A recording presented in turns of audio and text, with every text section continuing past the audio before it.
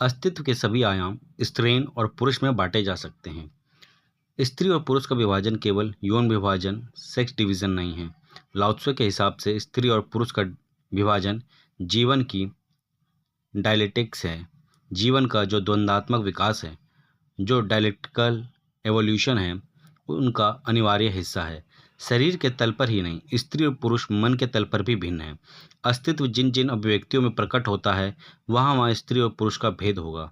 लेकिन जो बात ध्यान रखने जैसी है, लाओ त्से को समझते समझते, वह यह है कि पुरुष अस्तित्व का क्षणिक रूप है और स्त्री अस्तित्व का शाश्वत रूप है। जैसे सागर में लहर उठती है, लहर का उठना क्षणिक है। लहर नहीं थी तब भी सागर था, और लहर नहीं होगी तब भी सागर होगा। स्त्रीण अस्तित्व का सागर है, पुरुष का अस्तित्व क्षणिक है।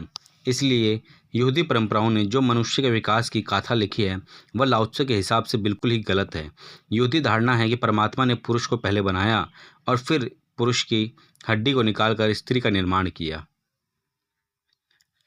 लाओ त्से इससे बिल्कुल ही उल्टा सोचता है। लाओ त्से मानता है स्त्रीण अस्तित्व प्राथमिक है, पुरुष उससे जन्मता है और उसी में खो जाता है। और लाओ त्से की बात में गहराई मालूम पड़ती है। पहली बात, स्त्री बिना पुरुष के संभव है। उसकी बेचैनी पुरुष के लिए इतनी प्रगाढ़ नहीं है।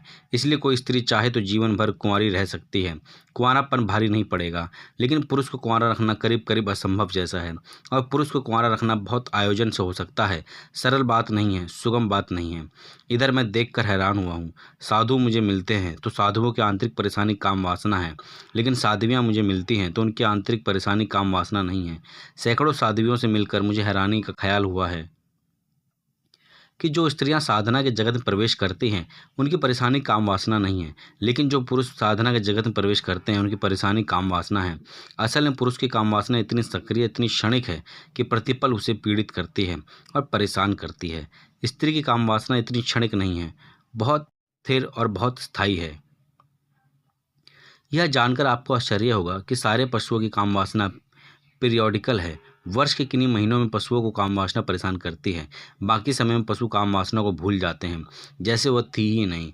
सिर्फ मनुष्य अकेला प्राणी है जिसकी काम वासना 24 घंटे और वर्ष भर मौजूद होती है।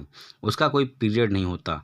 लेकिन अगर मनुष्य में भी हम स्त्री और पुरुष का ख्याल करें तो बहुत हैरानी होती है। स्त्री की वासना मनुष्य में भी पीरियोडिकल होती है।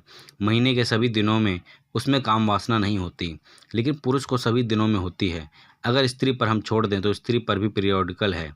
एक क्षण है तब उसके मन में काम वासना होती है, बाकी उसके मन में काम वासना नहीं होती। और उस क्षण में भी मनोवैज्ञानिक कहते हैं, अगर पुरुष स्त्री की काम वासना को ना जगाए तो स्त्री बिना काम वासना के जी सकती है।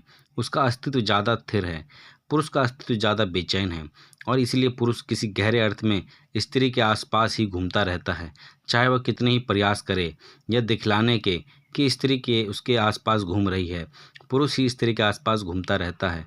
वह चाहे बचपन में अपनी माँ के पास भटक रहा हो, चाहे युवा अवस्था में अपनी पत्नी के आसपास भटक रहा हो, उसका भटकाव स्त्री के आसपास है। स्त्री के बिना पुरुष एकदम अधूरा है। स्त्री में एक तरह की पूर्णता है।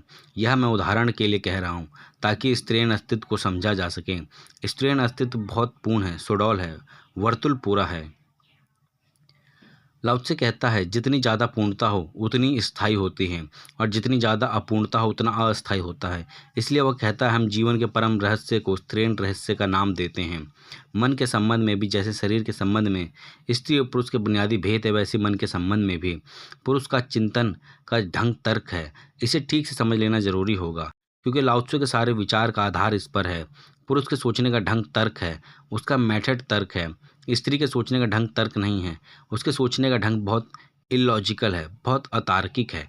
उसे हम अंतर्दृष्टि कहें, इंट्यूशन कहें, कोई और नाम दे, लेकिन स्त्री के सोचने के ढंग को तर्क नहीं कहा जा सकता। तर्क की अपनी व्यवस्था है। इसलिए जहाँ भी पुरुष सोचेगा वह गणित, तर्क और नियम होगा, और जहाँ भी स्त्री सोचेगी वह ना गणित होगा ना तर्क होगा, सीधे निष्कर्ष होंगे, कंक्लूजन्स होंगे। इसलिए स्त्री और पुरुष के बीच बातचीत नहीं हो पाती। और सभी पुरुषों का यह अनुभव होता है कि स्त्री से बातचीत करनी मुश्किल है, क्योंकि वह इलॉजिकल है। जब वह तर्क देता है तब वह सीधे निष्कर्ष देती है। अभी वह तर्क भी नहीं दे पाया होता है और वह कंक्लूजन्स पर पहुंच जाती है। स्त्री पुरुष के बीच कम्युनिकेशन नहीं हो पाता, संवाद नहीं हो पाता। हर पति को यह ख्याल है कि स्त्री से बात करनी बेकार है, क्योंकि आखिर निर्णय उसके ही हाथ में हो जाना है और वह कितने ही तर्क दे इसके बहुत फर्क नहीं पड़ता, क्योंकि स्त्री के तर्क सुनती ही नहीं। इसलिए कई बार पुरुष को बहुत परेशानी भी होती है कि वह ठीक कह रहा है, तर्क कह रहा है, फिर भी स्त्री उसके सुनने को राजी नहीं है। उसे क्रोध भी आता है, लेकिन स्त्री के सोचने का ढंग ही तर्क नहीं है। इसमें स्त्री का कोई कसूर नहीं है। दो तरीके की सोच जाती है जगत में। कोई भी बात जो ढंग से सोची जा सकती है, या तो हम एक एक कदम विधि पूर्वक सोचें और फिर विधि के माध्यम से निष्कर्ष को निकालें, और हम एकदम से छलांग लगा लें और निष्कर्ष पर पहुंच जाएं। कोई बीच की सीढ़ियां ना हो। अंतर्दृष्टि इंस्टीट्यूशंस का ढंग सीधी छलांग लेने का है। हम सब में भी किन्हीं क्षणों में अंतर्दृष्टि होती है। एक आदमी आपको दिखाई पड़ता और अचानक आपके मन में निष्कर्ष आ जाता है कि इस आदमी से बचकर रहना ही ठीक है।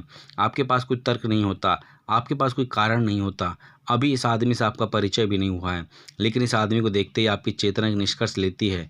यह निष्कर्ष बिल्कुल सडन फ्लैश लाइट जैसी बिजली कौंध गई हो ऐसा हो। और अगर सब ठीक ख्याल करेंगे तो अक्सर 100 में 99 मौके पर यह जो बिना विचारा सीधा निष्कर्ष आप में कौंध जाता है सही होता है। जो लोग अंतर्दृष्टि पर काम करते हैं वे कहते हैं कि अगर अंतर्दृष्टि शुद्ध हो तो सदा ही सदा सही होती है। तर्क गलत भी हो सकता है, अंतर्दृष्टि गलत नहीं होती। इसलिए पुरुष की और परेशानी होती है, क्योंकि वह तर्क भी देता है, ठीक बात भी कहता है, लेकिन फिर भी अचानक पाता है कि स्त्री बिना तर्क के जो कह रही है वह भी ठीक है। इसमें क्रोध और भारी हो जाता है।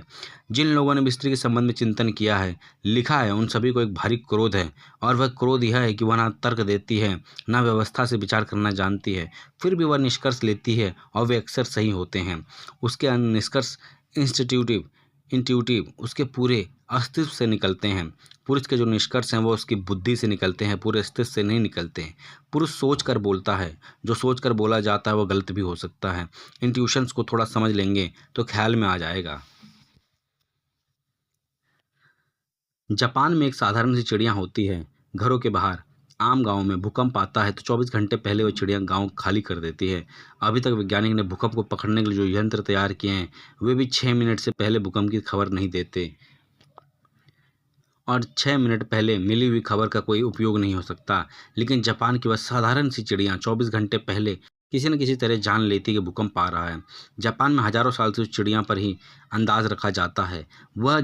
जब वह चिड़िया गांव में नहीं दिखाई पड़ती और बहुत कॉमन है, बहुत ज़्यादा संख्या में, जैसे ही गांव में चिड़ियाँ दिखाई नहीं पड़ती, गांव को लोग खाली करना शुरू कर देते हैं, क्योंकि 24 घंटे के भीतर भूकंप अनिवार्य है।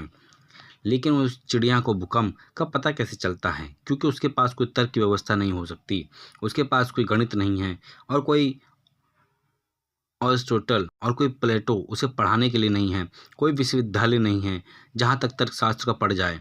लेकिन उसे कुछ प्रतीत तो होती है, उस प्रतीत के आधार पर व्यवहार करती है। सारे जगत में पशु इंस्टीट्यूटिव है। पशु बहुत से काम करते हैं जो बिल्कुल ही इंट्यूशन से चलते हैं, अंतर्दृष्टि से चलते हैं, जिसमें कोई तर्क नहीं होता। लेकिन सारा पशु जगत अंतर्दृष्टि से काम करता है और ठीक काम करता है। यह अंतर्दृष्टि क्या है? अस्तित्व से हमारा जुड़ा होना। अगर वह चिड़िया अपने आसपास के सारे वातावरण से एक है तो उस वातावरण में आते ही सूक्ष्मतम कंपन भी उसके एहसास होंगे। वह प्रतीत बौद्धिक नहीं, उसका पूरा अस्तित्व ही उन कंपन को अनुभव करता है। जब पुरुष किसी स्त्री को प्रेम करता है तो उसका प्रेम भी बौद्धिक होता है, वो उसे भी सोचता विचारता है, उसके प्रेम में भी गणित होता है। स्त्री जब किसी को प्रेम करती है तो वो बिल्कुल अंधा होता है, उसमें गणित बिल्कुल नहीं होता। इसलिए स्त्री और पुरुष के प्रेम में फ़र्क पाया जाता है। पुरुष का प्रेम आज होगा कल खो सकता है, स्त्री का प्रेम खोना बहुत मुश्किल है, और इसीलिए स्त्री पुरुष के बीच कभी तालमेल नहीं बैठ पाता, क्योंकि आज लगता है प्रेम करने जैसा, कल बुद्धि को लग सकता है ना करने जैसा। और आज जो कारण हैं थे कल नहीं रह जाएंगे, कारण रोज बदल जाएंगे। आज जो स्त्री सुंदर मालूम पड़ती थी इसलिए प्रेम मालूम पड़ता था, कल निरंतर परिचय के बाद वह सुंदर नहीं मालूम पड़ेगी, क्योंकि सभी तरह के परिचय सौंदर्य को कम कर देता है। अपरिचित में एक आकर्षण है, लेकिन स्त्री कल भी इतनी प्रेम करेगी क्योंकि उसके प्रेम में कोई कारण ना था, वह उसके पूरे अस्तित्व की पुकार थी। इसलिए स्त्री बहुत फिक्र नहीं करती कि पुरुष सुंदर है नहीं, इसलिए पुरुष सौंदर्य की चिंता नहीं करता।